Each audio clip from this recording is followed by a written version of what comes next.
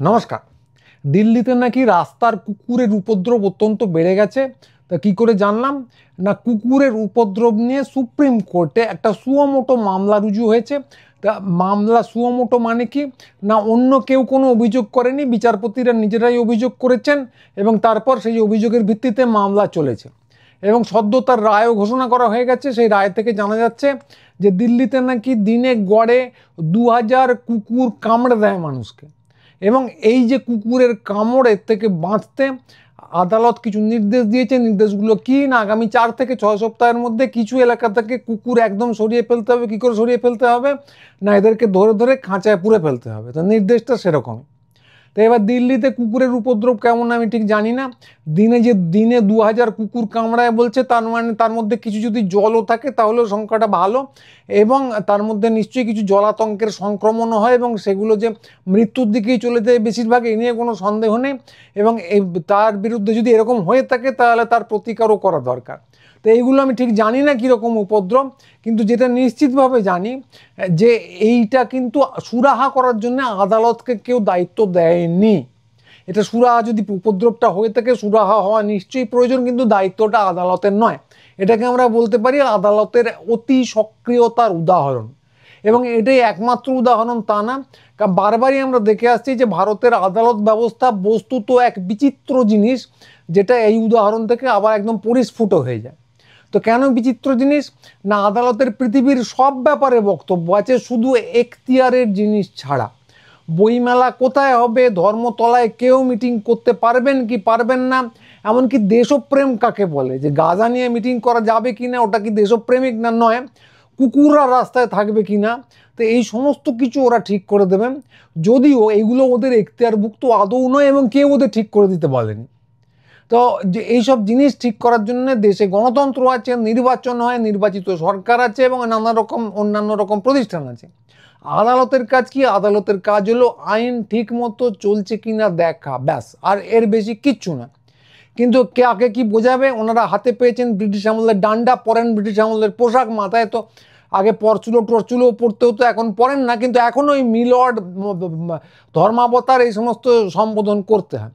তো এই সব সম্বোধন করতে হয় এবং হাতে রয়েছে ডান্ডা, তাই ওনারা যা খুশি তাই করছেন বলে সন্দেহ হয় আর কি। তো রাস্তায় কুকুর এবং তার কামড়, সত্যি কথা বলতে কি এ সত্যিই খুব বড় সমস্যা, এ নিয়ে কোনো সন্দেহ নেই। কিন্তু এই সমস্যার সমাধানের দায়িত্ব এক এবং একমাত্র হচ্ছে প্রশাসন এবং সরকারের। মানুষ যদি মনে করে তাদের উপর চাপ সৃষ্টি করবে, আদালতের এখানে কোনো ভূমিকা থাকার কথা নয়। আদালতের বিচারপতিদের কি দায়িত্ব দিয়েছিল কেউ সমস্যার সমাধানের জন্য? না, দেয়নি, কারণ মামলাটা সুমোটো। এবং এটা কি ঠিক যে ওরা কুকুর সামলানোর বিশেষজ্ঞ? তাও না। কিন্তু ওই ব্যাপারটা একই, যে হাতে ডান্ডা আছে, ব্রিটিশ আমাদের ঔপনিবেশিক শাসনের যে ডান্ডাটা দেওয়া হয়েছিল বিচারপতিদের সেটা আছে, তাই ওনারা যা খুশি কিন্তু করতে পারেন। তাই নিজেরাই মামলা করেছেন, নিজেরাই রায় দিয়েছেন। তো এটা একেবারেই কিন্তু প্রথম উদাহরণ নয়, এটা একটা বিচিত্র রায়, এটা পরিস্ফুট হলো বটে, কিন্তু ব্যাপারটা একেবারেই নতুন নয়। এর আগেও শোনা গেছে যে একজন বিচারপতি একবার জ্যামে আটকে পড়ে গিয়েছিলেন এবং তারপর তিনি এজলাস বসিয়ে সেখানেই ধর্মঘট নিষিদ্ধ রায় দিয়ে ফেলেছিলেন। একজন বিচারপতি একদম হাল আমলে, ওটা আগের ঘটনা বললাম, একদম হাল আমলে একজন বিচারপতি এজলাসে বসে ঢাকি শুদ্ধ বিসর্জন দিয়ে দেবো বলেছিলেন। সেটা অবশ্য পর্যবেক্ষণ রায় না, কিন্তু বলেছিলেন। এবং তারপর তিনি আবার টিভিতে এসে নানা রকম গরম গরম লেকচার দেন। তো একজন বিচারপতি, এটাও খুব সাম্প্রতিককালের ঘটনা, এজলাসে বসে ভারতের রাষ্ট্রভাষা বলেছিলেন হিন্দিকে, যার সঙ্গে আইনের কোনো সম্পর্ক নেই, ইচ্ছে হয়েছিল বলেছিলেন। তো এইগুলো দেখে বস্তুত মনে হয় বিচারপতি নয়, এরা হচ্ছেন জমিদার এবং এদের বাসনাটা হচ্ছে জমিদারির। এটা খুব কড়াভাবে বললে হয়তো সেটা সত্যি নয়, খুব নরমভাবে বললেও বলতে হয় যে এগুলো হচ্ছে সমাজ সেবার অদম্য ইচ্ছে। সমাজে আমি যা যা দেখছি মনে হচ্ছে ঠিক না, সেগুলোকে আমি একদম রবিন হুডের মতো দূর করে দেবো। তো যদি তাই হয়, মানে জমিদারি টমিদারি নয়, সমাজ সেবার ঐকান্তিক ইচ্ছেও হয়, সেক্ষেত্রেও একটা জিনিস মনে রাখা ভালো, যে কোর্টের চেয়ারে কেউ ওদের সমাজ সেবা করতে বসায়নি। আজ পর্যন্ত পৃথিবীর কোনো বিচার ব্যবস্থায় কোনো বিচারককে কেউ সমাজ সেবা করতে বসায় না। এমনকি আমরা কাজীর বিচারের কথাও শুনেছি, সেখানে পুঙ্খানুপুঙ্খ বিচার হয় তথ্য প্রমাণ ইত্যাদির ভিত্তিতে, কিন্তু সমাজ সেবাটা কাজীরা করেন না, সেটা অন্য লোকজনের হাতেই ছেড়ে দেওয়া হয়। তো খবরের কাগজ পড়ে চারটি গরম গরম কথা বলে দিলাম, উত্তেজিত হয়ে গেলাম, একটা খবরের কাগজ পড়ে সুমোটো মামলা করলাম। এইটা করার জন্য কেউ বিচারপতিদের আসনে বসায় না, কারণ খবরের কাগজে যে ঠিক কথা লেখা হয়েছে তার ভিত্তিতে সিদ্ধান্ত নিয়ে ফেলা যায়। এইটা কিন্তু একেবারেই ঠিক নয়, কারণ খবরের কাগজের পক্ষপাত থাকে সবাই জানেন, এবং এটা আমাদের থেকে বেশি বিচারপতিদের জানার কথা। যে কারণে যে জুরি সিস্টেম আছে বিদেশে, সেখানে মিডিয়া দেখা জুরিদের, সিরিয়াস কোনো কেসে মিডিয়া দেখা জুরিদের ক্ষেত্রে একদম নিষিদ্ধ করে দেওয়া হয়। তো গরম গরম কথা বলা সেগুলো ভালো জিনিস, যে খবরের কাগজে একটা জিনিস দেখলাম, টিভিতে একটা জিনিস দেখলাম, বা রাস্তায় দেখলাম যে অমুক অমুক জায়গায় দাঁড়িয়ে হিসি করছে, সে নিয়ে খুব গরম গরম কথা বলে দিলাম এসে, সেগুলো কিন্তু চায়ের দোকানেই ভালো। বিচারকদের কেউ এই জন্য রাখে না, তাদের কাজটাই হলো একটাই কাজ, সেটা হলো আইনের সীমারেখার মধ্যে কাজ করা। আইনে যদি বলা হয়ে থাকে, এটা খুব স্পষ্ট করে জানা দরকার, আইনে যদি বলা হয়ে থাকে ছিঁচকে চুরির মতো সামান্য কাজ করলেও মুন্ডু কেটে নিতে হবে, তো সেটার বিচারপতিদের রায়ে তাদেরকে সেটাই অনুসরণ করতে হবে, এর বেশিও না কমও না। তো অপছন্দ হলে অতি অবশ্যই তারা চাকরি ছেড়ে বিক্ষোভ দেখাতে পারেন, কিন্তু যতক্ষণ কাজটা করছেন নিয়ম মেনে আইন মেনেই কাজটা করতে হবে, কারণ এটা জেনে শুনেই তারা কাজে ঢুকেছেন। তো বিক্ষোভ দেখাতে পারেন চাকরি ছেড়ে, সমাজসেবা করতে হলে এনজিও খুলতে পারেন, আইন প্রণয়ন করতে হলে আইনসভায় যেতে পারেন, সে তো কয়েকজন করে দেখিয়েছেনই। কিন্তু চেয়ারে যখন বসেছেন এবং জেনে শুনেই বসেছেন, তার মর্যাদাটা কিন্তু বিচারপতিদের রাখার কথা। তো সাম্প্রতিককালে যা যা ঘটনা ঘটছে সেই মর্যাদা আদৌ আছে কিনা সে অবশ্য বলা খুব কঠিন।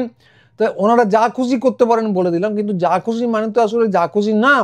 মাথার উপরে একজন আছেন বলে সবসময় সন্দেহ হয়, তিনি হলেন আমাদের পরম প্রিয় উনিজি। ওর বিরুদ্ধে যায় এমন কিছু করা কিন্তু আমরা দেখে আসছি আদালতের পক্ষেও বেশ কিছু খুবই মুশকিল। তো বাদ বাকি লোকজনের মুন্ডু কেটে নিতে কিন্তু এদের কোনো অসুবিধা হয় না। তাই এক এক রকম ক্ষেত্রে আমরা দেখতে পাই এক এক রকম মাপকাঠি। এই ধরুন সাম্প্রতিককালে আরেকটা মামলা হয়ে গেল, শিক্ষক মামলা। তো সেখানে চাকরি গেল বহু শিক্ষকের, কী করে গেল না, চাল আর কাঁকড় আলাদা করতে না পেরে গোটা প্যানেলটাই বাতিল করে দেওয়া হলো সুপ্রিম কোর্টের নির্দেশে। তো তারা তার নির্দেশে এটাও বললেন যে ন্যাচারাল জাস্টিস এখানে প্রযোজ্য না।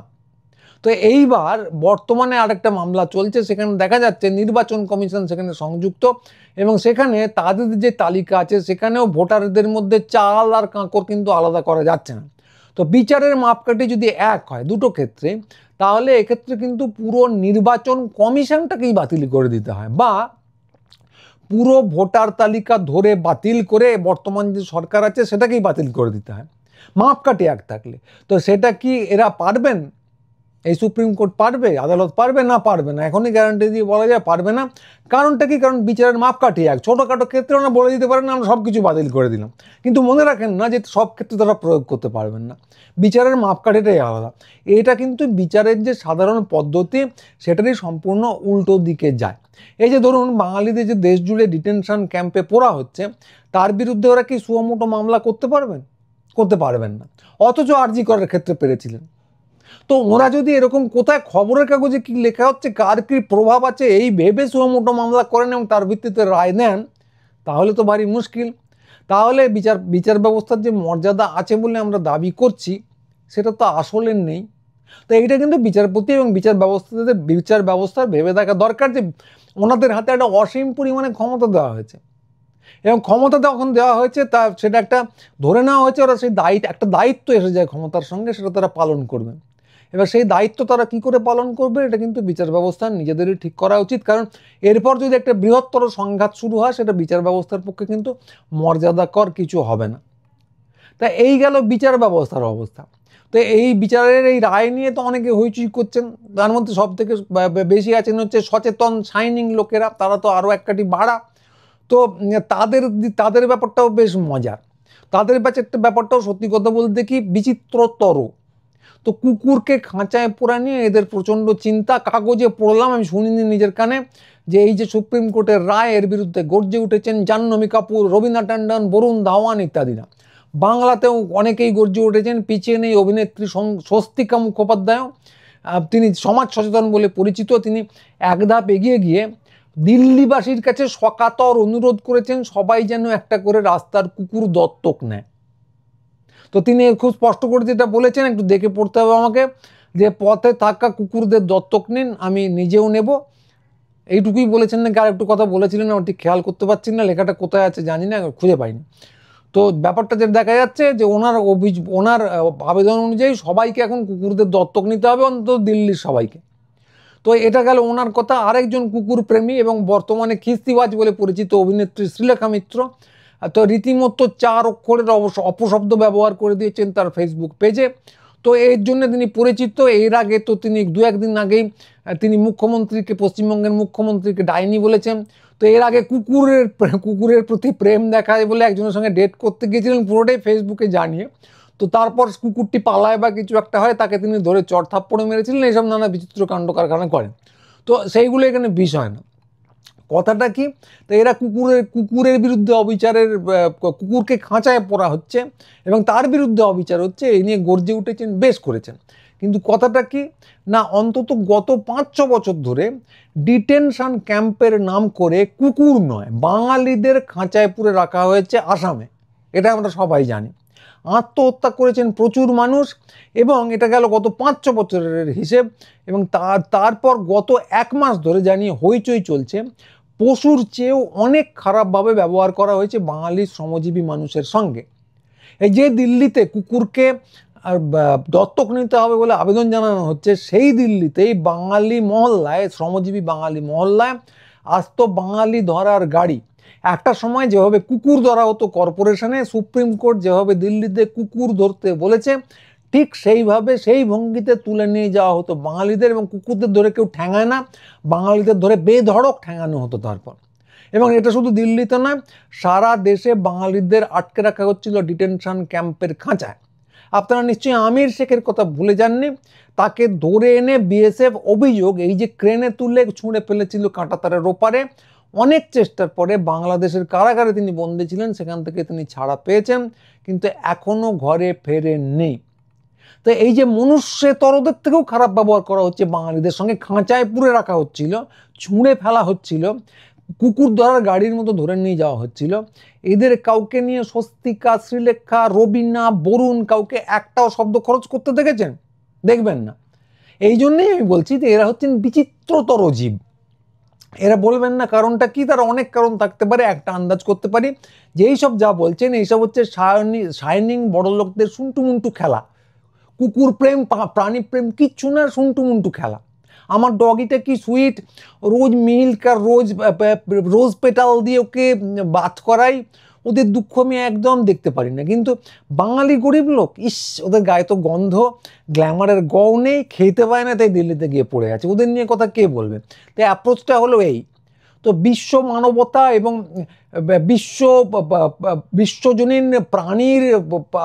বিশ্বজনীন প্রাণীর কল্যাণ কামনা করতে করতে এরা যেখানে পৌঁছেছেন সেটা হলো বাঙালি তো বটেই, মানুষ ছাড়িয়েও অনেক দূর চলে গেছেন। এরপর হয়তো ভিন গ্রহের জীবদের নিয়েও প্রচণ্ড আলোড়িত হবেন, ওদের কি দুঃখ বাবা, ওদের কি দুঃখ, কিন্তু মানুষ নিয়ে একদম হবেন না। তো কথা যেটা, যে এই সেলিব্রিটিদের কথাও একদম নাচবেন না। অনেকেই দেখছি ইদানিং বাঙালিদের পক্ষে কিছু কিছু সেলিব্রিটি কথা বলছেন বলে বেশ হইচই করছেন, ওই দেখুন সেলিব্রিটিও বলছে।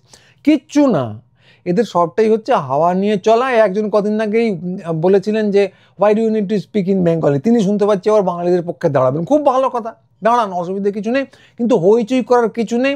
যেমন হইচই করার কিছু নেই এই সেলিব্রিটিরা কুকুরের পক্ষে দাঁড়াচ্ছেন বলে। এরা কুকুরের পক্ষে দাঁড়াচ্ছেন না, এরা এদের ইমেজটা হাওয়ার পক্ষে দাঁড়িয়ে একটু তৈরি করছে। ধান্দাবাজ কিনা বলতে পারবো না, কিন্তু এই যে তৈরি করাটা পুরোটাই মেকি। তো অতি অবশ্যই এরা যেখানে যার পক্ষে খুশি দাঁড়ান, এদের হয়ে নাচার কিছু নেই।